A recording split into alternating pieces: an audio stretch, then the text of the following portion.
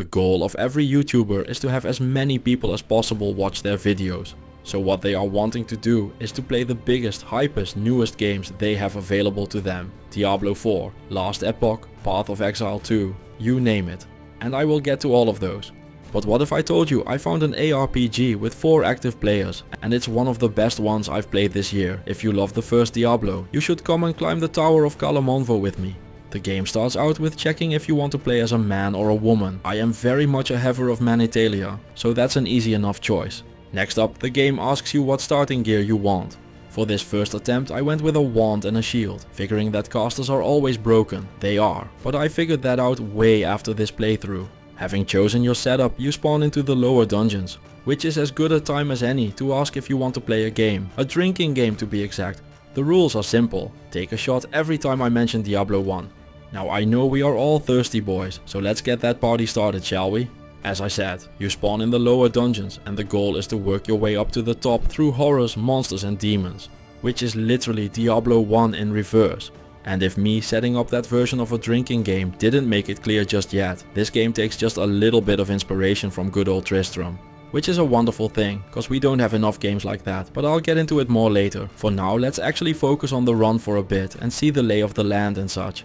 Things were getting my kind of weird right away. The lower dungeons are filled with your basic ARPG filler enemies, skeletons, scary looking monkeys with a cage fetish. And this giant mimic wall I didn't even encounter until I was on my 5th playthrough this week, that ended up scaring the actual living shit out of me.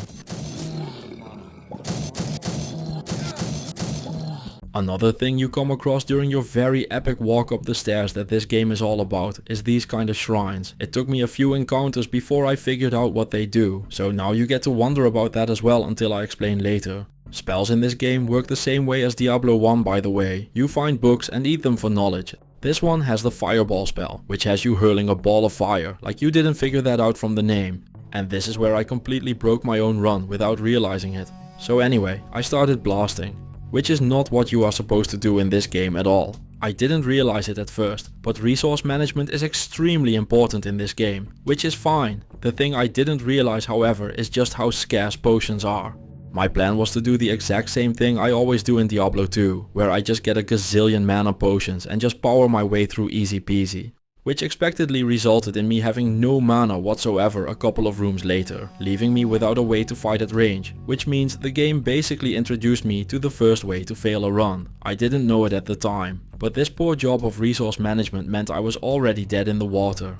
Having a way to fight from a distance is necessary, so the first thing to do is to find anything that removes me from melee combat, which ended up happening when a bow dropped. It's not quite the spellcasting arsenal I was hoping for, but beggars can't be choosers, and I figured this might just about be the only way I survive. It wasn't a solution though, just damage control.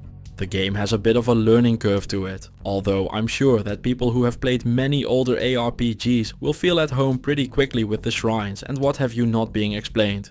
Now I'm no stranger to just ignoring everything and slamming into a wall, but after the Grim Dawn video I figured I should learn the systems of games I play. Here we have an Enchanter's Lifeblood, which I clicked on with a bunch of random stuff to see if anything would happen, but nothing happened and stuff just fell to the ground. I figured that because my weapon just fell to the ground that the shrine didn't work on it. What instead turned out to be going on is that I got it right and it should have made me a nice fancy magical weapon. But the hitbox was too small, so I just missed it, leaving me very confused on what it's for, causing me to miss out on a much needed weapon upgrade. Now I know what you're thinking, that's not too great, but this game was made by one guy as a homage to Diablo 1. But what this lacks in technical perfection and optimization, it makes up for in gameplay and atmosphere 10 times over, so don't fault it for that. Like I said earlier, I'm on my 5th playthrough and I still feel like I have a ton of stuff left undiscovered. I mean, the whole reason I'm doing a video on it is that the world needs more games like this, and if I can support that cause, I'm happy to help. The Forgotten Passageway hides the first real boss of the game, the blood-soaked guard, who is here to teach you the rules of the game, with a good old slicing you to death. All of that doesn't take away that he is the first boss, and a lot of problems can be solved by lighting them on fire, so a few fireballs to the face later he goes down.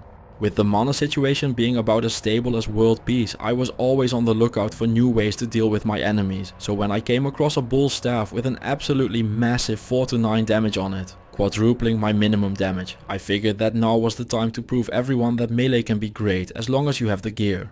So I dove into the next room ready to clobber some fools with the stick of justice. This should be easy enough after all. It didn't exactly go as planned, which is a nice way to say I almost got destroyed by 2 flies. Not even special flies, just 2 flies. Truly a Diablo 1 moment if I've ever seen it. Don't forget your sippy cup. There is an achievement for leaving Vedomot the prisoner alive, which seems like it will be one of the hardest to gain achievements in the game. On the one hand, I can just not shoot him and maybe even become friends with him until the top of the tower. But on the other hand, he drops loot, which is a perfect segue into item design in this game. I love the way items are handled here. The numbers aren't bloated, things are very clear, and there are some nifty choices like this sword that increases damage every time you hit but resets when you miss.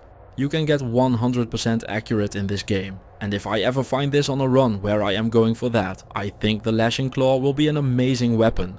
I did try it here as well, but I was already on my way to a completely different build. You can just spam runs though, so it's bound to happen eventually. The first death of the run happened when I was being a stubborn melee warrior again and encountered the Manhunter, who promptly executed me for the crime of trying to enjoy myself. I hadn't saved in a while, so I got to retry keeping Vedomot alive. I could do the right thing, I could be a savior, but on the other hand he still drops loot. I don't even want it, but what am I going to do? Not farm it? Come on now. Now for something I haven't talked about in a while, Diablo 1. So while you all take your next shot, I'm going to click on these shrines that don't tell me what they do. The second one I encountered, I remembered to keep the stats screen open, and lo and behold, 2 free strength points for the team.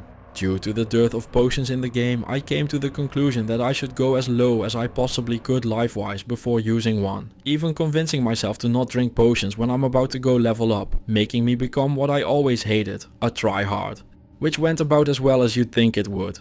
3rd time's the charm though, as I get the level and spare myself a potion at the meager cost of my sanity. Still in the lower dungeons level 2, I came across another alchemy table, like a small child learning that the round shape doesn't go into the square hole. It almost clicked when I changed a potion into another potion, if only I would have realized the potential. Having made my way out of the lower dungeons and into the halls of pain, I came across new enemies, some with hammers, others with shields of fire around them, costing me my last health potion. More and more it felt like the writing was on the wall for this run. It isn't a hardcore or Iron Man run or anything, and I can very easily just keep resetting until eternity. But just look at this situation. I'm at almost no life, out of potions and just getting blasted with screens full of projectiles. Dear viewer, I have a secret to tell you. I'm not doing exactly great here.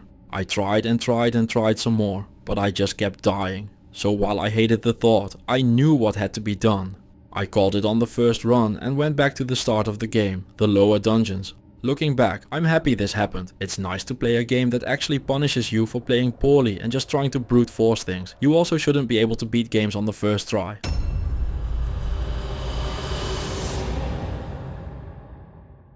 Knowing now that mana is this tight in this game, which definitely wasn't a result of me mismanaging it, I decided to go for a ranged build that doesn't require any of it.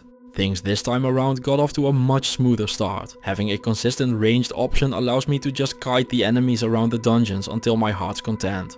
Halrath Neither of a Mint ended up dropping me a cape with immunity to hit stun. I didn't know it at the time, but this is the item that is going to save the run. Having a bit of experience in the game, I was able to tighten up my potion management a ton. It became clear to me what the lifeblood does as well. This time around I didn't just miss the enchanting and learned that it upgrades a white to a blue item when you toss it in. Immediately realizing the potential here, I save scummed the absolute living fuck out of that until I rolled cold damage on my weapon to help me with kiting.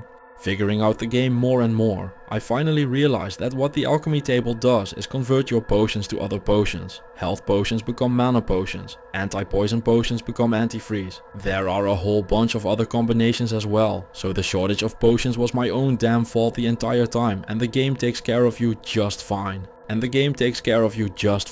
You still can't spam them or anything, but the whole thing isn't as dire as I had thought my first few hours of playing. It completely changed how I thought about the game. The fight with the blood-soaked guard this time around was a bit harder than it was with the fireball spam, but the art of just kiting still worked completely fine, allowing us to move on to the lower dungeons level 2, which this time around is filled with these guys that have an ability that makes an arrow face straight through them.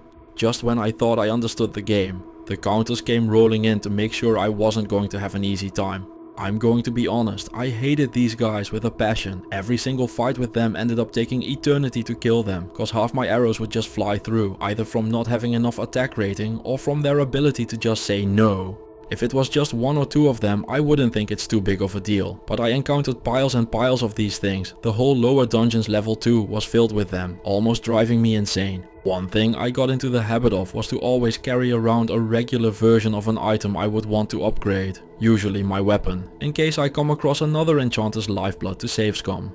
Which turned out to be unnecessary this time around. On my first try I got 1 to 3 fire and poison damage as a roll, which doesn't sound impressive at all. But considering I'm currently doing 2 to 4 damage, that is a massive upgrade once I get to wear it. The first few levels are gotten quite quick, so all I needed to do was to work my way through a couple of unique faceless, which is what the phasing enemies are called. The second one ended up dropping a specimen catcher, a unique two-handed staff with +2 levels of summoning great snakes. This doesn't fit my build, but half the intent of this video is to just showcase the game a bunch, and summoning snakes is cool, so I wanted to let you know that is very much on the table here. I tried them on a different run, they are pretty decent. You should always save before clicking on a shrine, by the way. Some of them are traps, chests as well. It's almost like this game is trying to kill you. Having made my way back up to the Halls of Pain, I came across a merchant. The currency is the skulls in my inventory, which is all very neat, but what I thought was a far more interesting mechanic is that you can reroll his inventory at the cost of your maximum mana. This made me think about how you could get insane gear if you go for a no mana build and just spend all your mana here instead. Haven't been able to try that yet. I love fun little design puzzles like this. They trigger something in me that makes me just want to try weird stuff. I mean, it's basically asking how much of a degenerate I want to be. And the answer to that question is yes. On another note, that first attempt has made me so paranoid about potions that I am literally dragging every single potion I can find up the tower, carrying inventories full and going back for the rest on every single floor. When you do your playthrough, you shouldn't do that, it's not needed.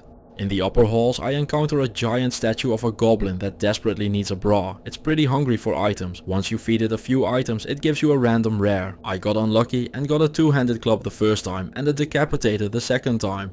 But I'm pretty sure this is a great way to get some amazing rares if you just keep rolling it by reloading your save file or on New Game Plus playthroughs.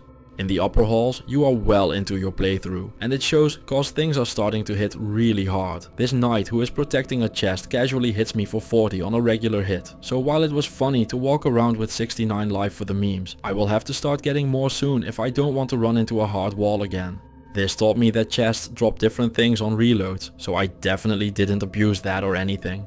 While giving my favorite knight the tour of the area, I accidentally pulled Titan, a huge green monkey with a strange look in its eyes that I'm guessing wants to do unspeakable things to me. All the kiting ends up boosting my career as the local tour guide. And I don't know why, but it looks funny that they walk at exactly the same speed as the player. Normally monsters are a little bit slower. This game definitely isn't scared of ramping up the speed on them though.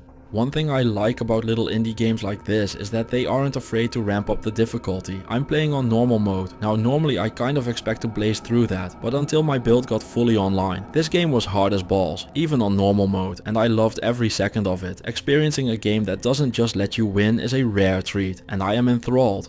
As usual, I have been shitting on melee, but I want to do a run where I find this unique cleaver. I know it doesn't look like much with the number bloat we have going on these days, but getting 18 base damage on a weapon is massive in this game. I still am feeling like I'm carrying around a cannon, and this thing casually has an average that's as high as my maximum. Can't wait to find this on a zealot run, which is exactly what you think it is and works exactly the same as in Diablo 2. You take a weapon and swing it a lot. I'm sure it's glorious. Even though I haven't even found 2 rings yet, it is time for the next of my weapon upgrades thanks to yet another enchanter's pool. So after just a pinch of saves coming later, I end up with this beauty. A winter hasted hunter bow. Cold damage, base damage and increased attack speed. You love to see it. Perfect timing on that as well. I have no clue what these things are, but I'm happy that I'm able to slow them down quite a bit. In the skeleton pit, a subsection of the burrows, which as you can imagine was very full of skeletons, and 1 goblin statue, I ended up getting my endgame helm. Reforged Valor has 25% cold resist, mana and damage reduction, easily strong enough to never worry again about a new helm. Nothing much else happened there though, so I just went back to the burrows, where I got myself stuck for the first time. It turns out the enemies can only get in there one at a time as well. So what I thought was a certain death moment I'm now renaming to an optimally and very much on purpose perfectly played moment of gameplay. I was caught off guard at the end of the burrows when I encountered a random NPC who is just chilling there. Turns out he's another vendor and has yet another weapon upgrade for me. I wasn't even close to feeling like I needed a damage boost, but I'm not going to not take it if it's right there. You know what the best part of having a YouTube channel is, I can ask my chat stuff. There were a couple of quests I never figured out how to do, like this napping night here. So if anyone knows, don't hesitate to tell me what I was supposed to do here. I tried looking it up, but this game is so small that there just aren't any guides. I never found the secret area either. I did unlock it on other playthroughs, so I kind of know where to go, but never ended up finding it. For some reason the second and third vendor are pretty close together, which is perfect because I have tons of skulls to spend. So I bought basically a whole new set of gear. I'm sure this shopkeeper is going to live a long, happy and rich life now thanks to me. Stat wise at this point I am at level 11 with 36 dexterity, which is enough to never have to worry about attack rating ever again. I had a 100% chance to hit for almost the entire rest of the game, except for a couple of enemies at the very end that went down into the high 90s. And it isn't a Diablo 2 95% to hit, a 100% literally has you hitting everything all the time. It is amazing, such a breath of fresh air to have cast a privilege on a rogue. It got me to mindlessly spam attacks, and that had me walking straight into a trap. The treasure hoard is filled with enemies that reflect your bullets right back at you. A fun fact I realized just a little bit too late. At this point, some story stuff is happening in the game. To work my way through that, I tried to do a proper shootout with Ordnance the Sorcerer, but that was way too hard to do. I might as well have just brought a rolling pin. Instead, I ended up face tanking everything he throws at me while snorting potions. I got a bunch of comments on my Diablo 1 video that I had a quality of life thing that auto refilled potions, and it made me miss out on the experience of refilling my potions mid-combat. Well, I am part of the Potion During Combat Club now, and all I can say is that it is just tedious. Call me a heathen if you will, but just get me back to auto refill as fast as possible. After the boss fight, I flipped a switch to move the plot along. What it also did was unleash the hardest fight of the entire run. Earlier on I talked about how it's fine when enemies are the same speed as you are, and I had cold damage to slow down the things that were faster than me. That system worked for me, but apparently not for Kalemonvo. Conqueror Ithne Frostfire has Holy Freeze. I don't know what it's actually called in this game, but I'm pretty sure everyone can figure it out what's going on when I call it that. This makes her and her minions faster than me, begging the question, how do you deal with things that are faster than you? Well, on this build, we don't. We just get stun locked and die. Don't worry, there are ways to deal with it, but none I have access to here, because I didn't know I would need them. So what I ended up doing was to sneak out like a teenager to go pick up my ignore hit recovery armor that I dropped on the floor a while ago, thinking I was done with it. Back at the vendor retirement home, every single enemy got lured out one by one before I was finally able to have a moment alone with Ithne. She didn't drop anything relevant, but I don't think I've ever saved so fast after a boss fight. From here on out, the game is just balls to the walls hard. Ambushes are everywhere and death is lurking around every corner, even creating new corners just to catch you off guard from. Most of it is very manageable if you just take your time. And at this point of the game, my build started to come online more and more, making the vibe switch from me being locked in there with them to them being locked in here with me, changing the game completely. There is a hilarious trap on one of the chests here, where on the map it looks like nothing is there to mess with you, so you can just blindly grab it. But the walls come down and you get ambushed by an absolute crap ton of enemies. They aren't very dangerous or anything and I just mowed them down, but it spooked me for sure. At this point I remembered that there are combat arts, a fact I may or may not have forgotten about completely up to this point. From my understanding, these change depending on what kind of weapon you have equipped. They all are pretty self-explanatory, so I won't bother explaining them. I ended up going with multi-shot cause it can hit the same enemy multiple times, effectively turning your attacks from a single arrow into a shotgun blast if you get close enough. Speaking about shotguns, look at this beauty of a weapon I had magically appear in my inventory. First try of course, there's no fancy stats on it or anything, just a lot of damage. Now the eagle-eyed viewer will notice that my attack rating has gone way down. That is on purpose. Even now I am at a 100% chance to hit. I was just that overstacked on it. The final pieces of gear are now coming in fast. I'm not completely sure if this unique cape is good. I think it is. It has a chance to cast blinding fog when you get hit, which is a blinding fog. Don't know what else to tell you. It also has 1-to-all stats and prevents some damage. It's a very defensively slanted cape, making it a perfect fit for my otherwise pretty glass cannon setup. I love the animation on this cape, by the way. The most important part of the Blood Coven level 2 is that you turn up your volume to max, cause holy fuck is this a banger.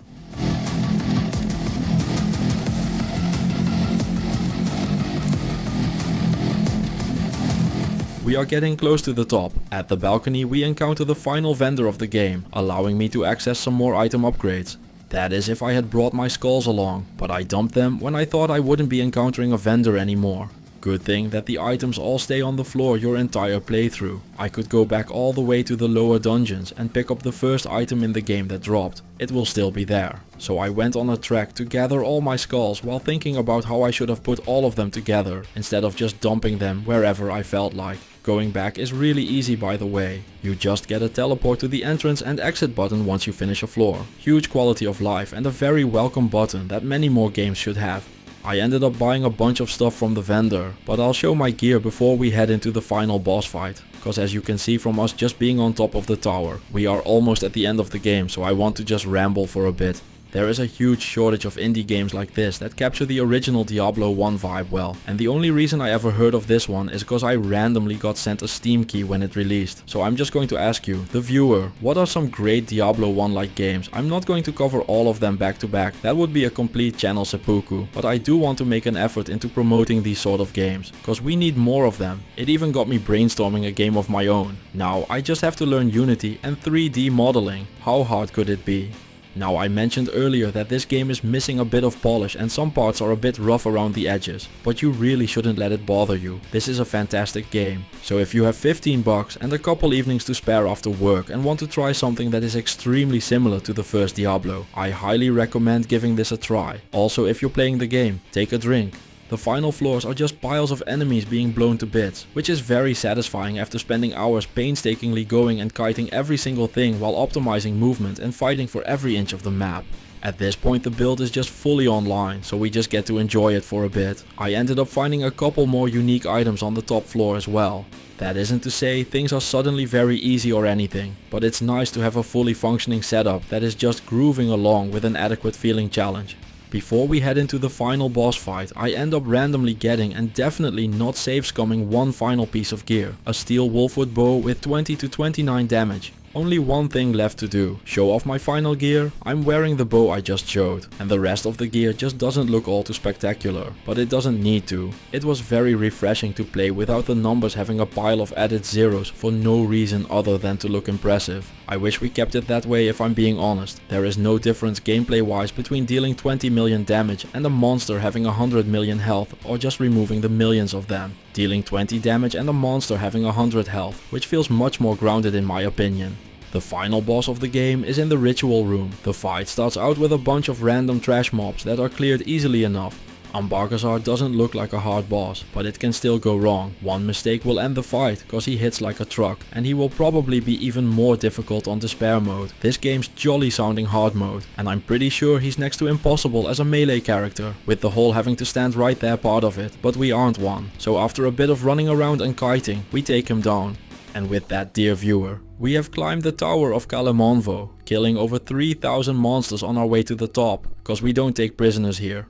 With that, I am getting out of here. If you enjoyed the content, don't forget to subscribe. And if you want to give me money, there are ways to do that in the description and the pinned comment. A list with the music I used in the video is there as well. And I will see you all in the next one.